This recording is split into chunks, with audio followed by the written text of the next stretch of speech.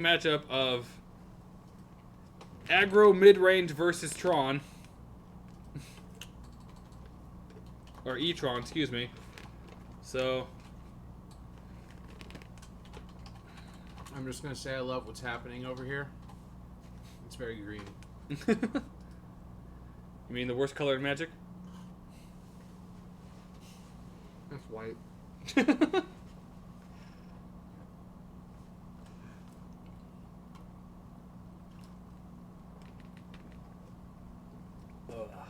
It's white.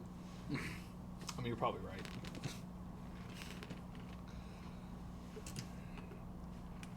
Good old pile shelf in here. Alright, so E-Tron definitely has the advantage because they do have the ability to play creatures against the Stompy deck, as opposed to a typical Tron deck is like, I'm trying to get Tron online as fast as possible and just play big things.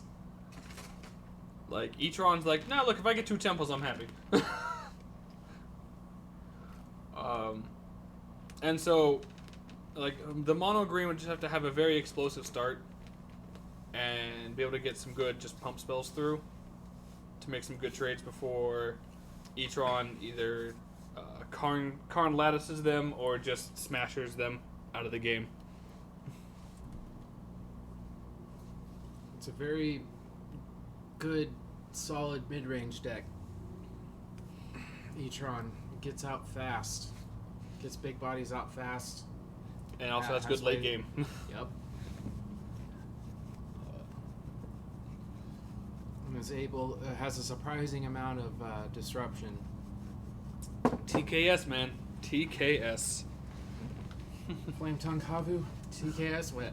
It's FTK. What? For the kill.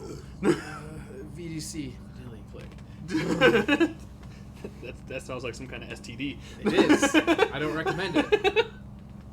I still haven't gotten my results back. Is that where we're going back to the fairy plane, Ben? You gotta start making some phone calls. Mm-hmm. I gotta be responsible about my decisions. Hey, you should get tested. See if you. I haven't gotten my results back. But all your other partners like, hey, you should get tested. I have the VC. VDC. VDC. It's a concert? No. No. Much worse. Oh, E-Tron taking a mulligan here.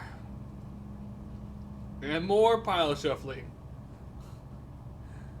Pile shuffling brought to you by Board. I know at some point I'm going to have funny commercials for when these moments happen. Like, we're going to go cut to commercial. Once I get into our actual dungeon, which hopefully should be within a month, be able to bring you guys more hilarious content. Woo! That you guys all crave. It's happening in a month? I'm hoping so. Damn. Like, we're hoping like late September or early October by the time everything gets ready. We'll have an actual dungeon. I now have to like keep reconfiguring my living room for things. It'll be nice. Alright, so it looks like Monogram Stompy keeping the 7, which means they probably have a really good curve of 1, 2, 3.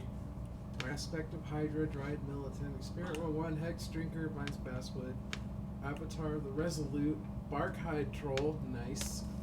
Scavenging Ooze, Strangleroot Geist, Bronos the Indomitable, Steel Leaf Champion, 2 Collective Brutality, and a Dismember. You mean Collective Company? Yeah, Okay. Collective Company. I don't know why I said top. Because Ben's like, Cocos are brutal. Yeah. Unless they whiff. Turn 1, experiment. And Monogram Stompy's on the play? Looking real good for him. Yeah. Tron land map. Ooh. Alright, I mean, V-Tron's just going for Tron. So what's the best play here? Oh, he's got an Avatar of the Resolute. That's pretty good. But no second land? But Dryad Militant. Oh, well, maybe he has second land? I didn't see. Oh no, he does not have a second land. No. Oh. That's the thing about the mono green aggro deck is you really want 2 lands on turn 2, and then you can maybe miss a land drop and then hit your 3rd by turn 4. Yeah. And get away with it. But if Even at turn. Oh man. If you miss land drop number 2, it's usually not a good ending. It is not, especially because like they're about to go like, hey, I have 7 mana turn 3. Tron doing Tron things. It's interesting, like mono green. That I feel like that's pretty much the only deck that's really like that is aggro, like super aggressive. Like the burn decks, they can function okay off 1 land for maybe like 3 turns. Yes, I mean it's because everything is just stupidly cost effective. Yes. Yeah. But yeah, I think mono green definitely needs 2. Yeah. It needs 2 on 2. Oh wow, you're getting a blast zone, which probably means he has this natural Tron in hand. Mm-hmm. It's like there's no reason. Yeah, there's no reason you're gonna get a blast zone off of a map unless you have natural Tron. TKS. All right, we get to see a good look at the mono green player's hand. I know it doesn't matter at all, but he set those 2 cards aside, and when he went to tap for TKS, he tapped the face down card and then the other 2 lands. I know it doesn't matter at all, but I just thought it was interesting. All right. Maybe he's signaling his opponent that face down card is an additional land.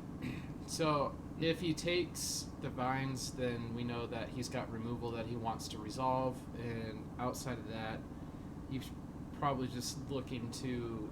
I mean, the thing that, like, Ronus being indestructible can also be a problem. Yeah, but you have Dismember.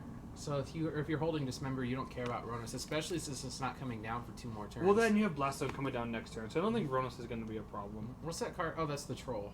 The Yeah. one on the top. Yeah. So whatever 2-drop, I think you should be looking at his best 2-drop. Which is the Avatar.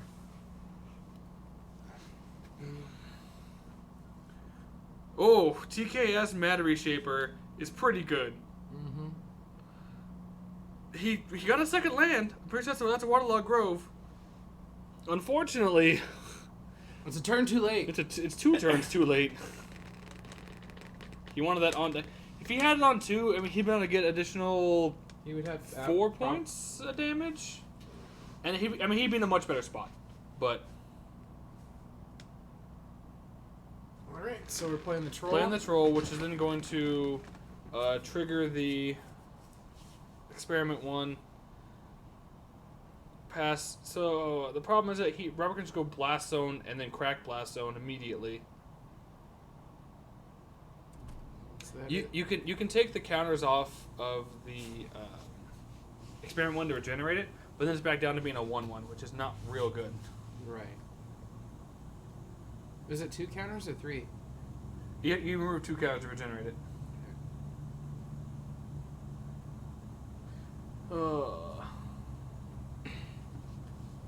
Yep. Hey, speak of the devil, mono green players in chat. All right. What's going on, Mono Green player? Apparently, it's Kid Nick. That's his official nickname, given to him by GBX Shuffle and Cut. I don't know what you just said. Let's see, the mono green player is Nick. His nickname is Kid Nick. And then you said GBX. GBX Shuffle and Cut gave him the nickname, which is John. Okay. Oh, come across for 7? He should be lower than that. Okay. There we go. Although you should be at 12. There we go. 3rd land? I was like, because... Maybe Mono Green should play Bobbles. No.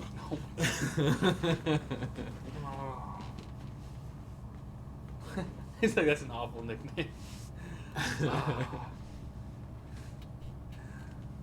Going to 11, string root, guys. So is this the turn you decide to turn side? Well, I mean, you might as well. He's like, all right, cool. Like, he's like, I'll remove 2 counters to regenerate it, which regenerating does tap it. Mm-hmm. Ooh, because he did that with string root Geist on the stack, he did get the evolve trigger. That's true. Yes.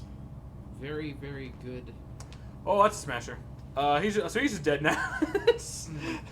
We're like, hey, he might be. No, he's dead. He might be back in it. No, he's just dead. All right, so out of the board, Collector Oof definitely should be coming in. Damping Sphere should be coming in. Choke, hands down, best card against against Tron decks. More Dismember seem fine. Force of Vigor seems fine. Let's see here. I personally really like Thrun. Because of the Regenerate clause?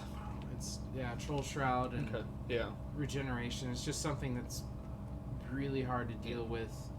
Warping Whale coming in, I think, is fine. Because a lot of Nyx creatures do either have starting one power or one toughness. Mm-hmm. And then the fact that it exiles them, so like String Root guys, you're like, no, you don't get a comeback. Mm-hmm. Warping Whale is pretty clutch. Yeah. Ensnaring Bridge seems okay. That's something you can tutor for. Yeah, I feel like that's the one you leave in the board. Apparently Robert having some issue resetting his life total. There it goes. Nick having 0 issue. Goes to show you millennials know all about technology. Mm-hmm. Kid Nick. Yeah. Dismembers seem pretty good. Throne seems pretty good. I think Scavenging Ooze comes out. Scavenging Ooze does not seem good in this matchup. Great. I would agree with that. Maybe Aspects. Some number of Aspects get dropped, or Vines. I mean, Aspect is an actual pump spell. Vines is more of a hexproof with a kicker. Mm-hmm. You could probably shape those numbers to make room for the Dismembers. Yeah.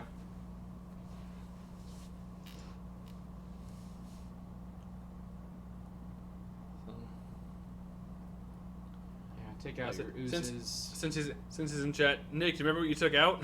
Since you're right here in chat for us. Honestly, the Nissa probably wouldn't be terrible either. Nissa Voices of Zendikar. It's just a source of. This is your one blockers. Yeah, for Thought Not Seer and Matter Reshaper. I mean, it doesn't really do anything in the face of Endbringer, but by the time Endbringer comes down, you probably lost the game anyway. Yeah. Oh, it's got Walking Ballista to worry about. Maybe not. Yeah, I was about to say. I mean, there's 3 Walking Ballistas in the main. And and Robert's list is a little unique on the e-tron side because he's running Spatial Contortion over Mind Stone. Mm-hmm. So, which I think is a good call because the meta is going to be more creature based, especially with all of the mirrors and whatnot. Yeah, I can definitely agree with that. If you're worried about mirror matches, the Mind Stone is just a dead card a lot of the times. Yeah, and when you know it's safe, you can attack for 8 with Reality Smasher, and it's fine. Or I mean, even attacking with 7 with a Thought Not Safe, it's safe is still pretty good too. Mm-hmm. Or I've seen a few people kill their own Matter Shaper so it doesn't get pathed, just to get the value off of it. Like, it's dying anyway. You play control. This is useless. Get a free card. Right. I have better tools for you. Yeah. So he brought in 2 Dismember and 1 Force of Vigor and 2 Oofs. So we were pretty close on the guess of what he would bring in. Damping Sphere seems like a card. Yeah, why did you not bring in Damping Sphere? No. What I was gonna say, Damping Sphere. Yeah, it does attack the lands. On the play,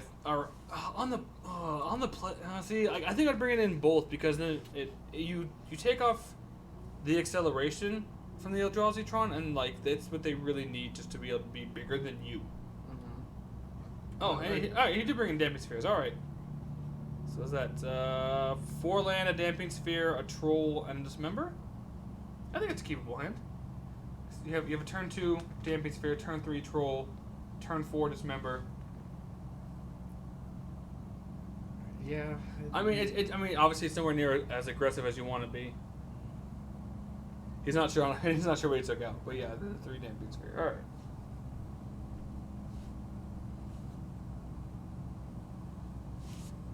Forest Pass.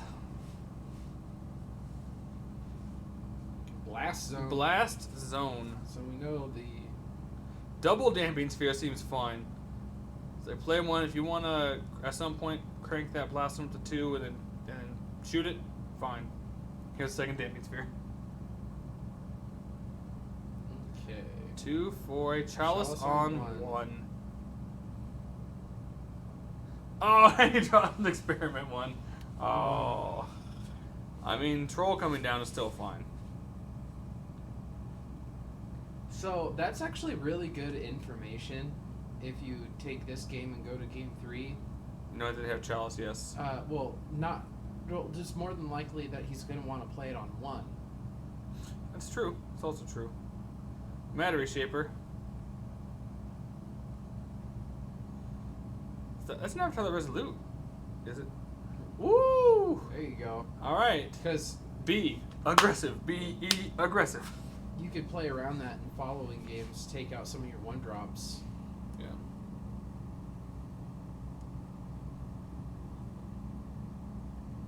So he's thinking about dismembering, and I think dismembering here is fine. He should actually have to pay 1 more because Damping Sphere is on the board.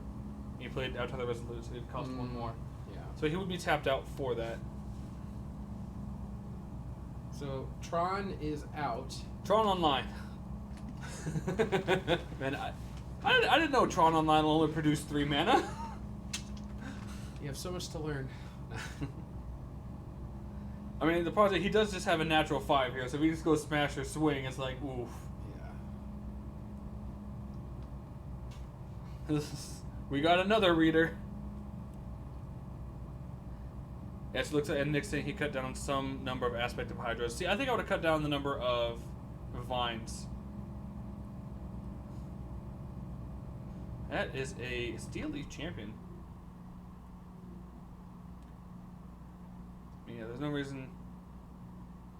Alright, so we got a spatial contortion coming down. Yep. Targeting, out to the Resolute. Aspect of Hydra response. Get him. So it's like, alright, let's take 3.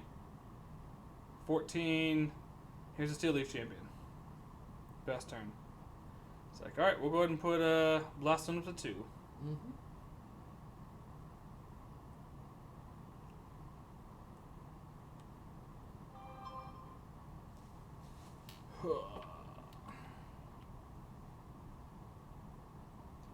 Let's see. Alright.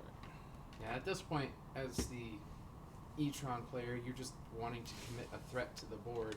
So Yeah. if he's not, Well, because the problem right now, especially that Steel Leaf champion, is if you wait to blow the Blast Zone, you're still taking 5, and you're probably taking 5 again after that. Because, like, granted, like, he doesn't know that Nick has a second Damping Sphere in hand. So he's like, alright, just pop this Blast Zone. I have 3 mana available to me. 5. Okay. So if he goes Reality Smasher, Ballista on 2. Still pretty fine. So yeah, I mean, if I'm Nick, I'm still pretty happy with that. It's like, cool, here's a Damping Sphere. Come across for 5. So Mono Green very, very much still in this game, even with the 2 dead experiment ones in hand. Alright, so now he's got enough mana to pump. What's he gonna do? Ugin. Ugin's gonna take out. Oof. That's pretty much it. I don't know what you could draw the Collected Company to get you back in this. Yeah.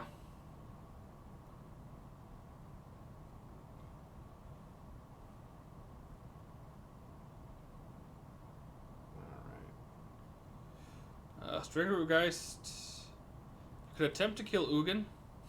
Might as well make it, or make the attempt. It's like, shoot it for 1. Cool. Comes back. Bigger and stronger than ever. Yeah. Just like a green card should be. It's like, uptick Ugin, make the 2/2 that draws a card when it dies, effectively.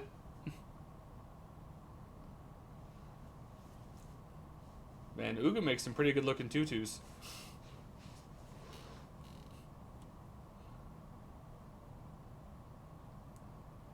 Alright, so he has 7 mana, just hard cast big card. Yeah, it's fine. I mean, turn 7 hard casting big card is fine. That's a Vines. Oh. All these 1-drops. I think at this point, agreeing is that advantage bar is definitely just going way far behind. He's like, yeah, sure, block with the 2/2. Yeah. As soon as Ugin came down, game was over. I don't literally. It needed to be collected company on the following turn or bust. Yeah. I don't know what else he could have drawn. I don't either. So now, that's an Endbringer off the top. So yeah, this game is over. We just got to go through the motions. 9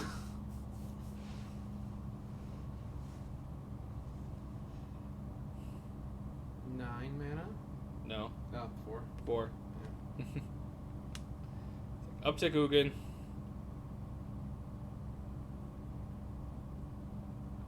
Ugin should be at 3, but Chalice on 2. Oof.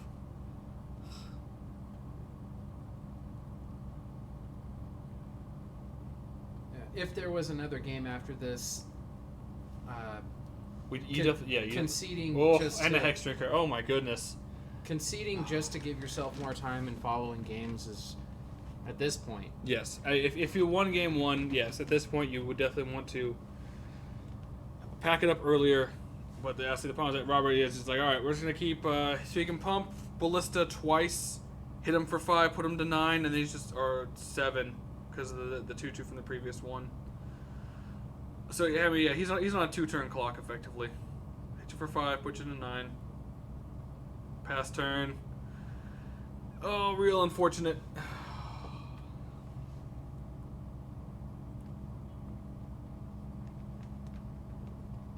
Okay. Yeah, at this point, his only out is if he does not top draw Coco, I think you just scoop up. Because Chalice on 1 and 2. There you go. All right, so Ugin's at 3. Coco off the top.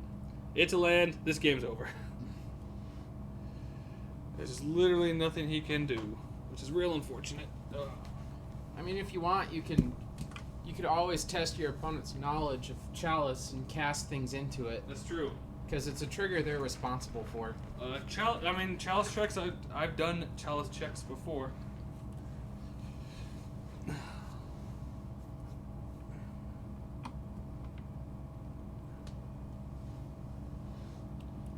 And it's not terrible if you need cards in your graveyard. I mean, that's also true. Is that cool? So we'll just go through the motions. Cool. Pump Ballista twice. It's now a 5/5. Apparently he's gonna shoot to get the card? Yep. Oh. Robert, what are you doing? Just end the game. End the game. Well, I mean, he summons it now because he hits it for 5, pumps Ballista 1, shoots him for 4. Well, we have near perfect information. Robert doesn't. When you're ahead, it doesn't matter how far ahead you are. Playing it tight is still. It's good practice. I don't think I would have shot. There's an additional Ballista. I don't think I would have shot my own creature though, for the card. It depends on what card it was. Maybe it was the Ballista. Swing for 5. Gun you down.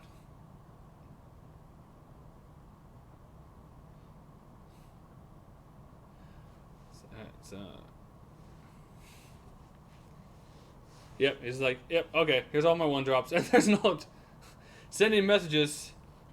Some solitaire for a minute. That's fair. Alright, so Eldrazi in 2.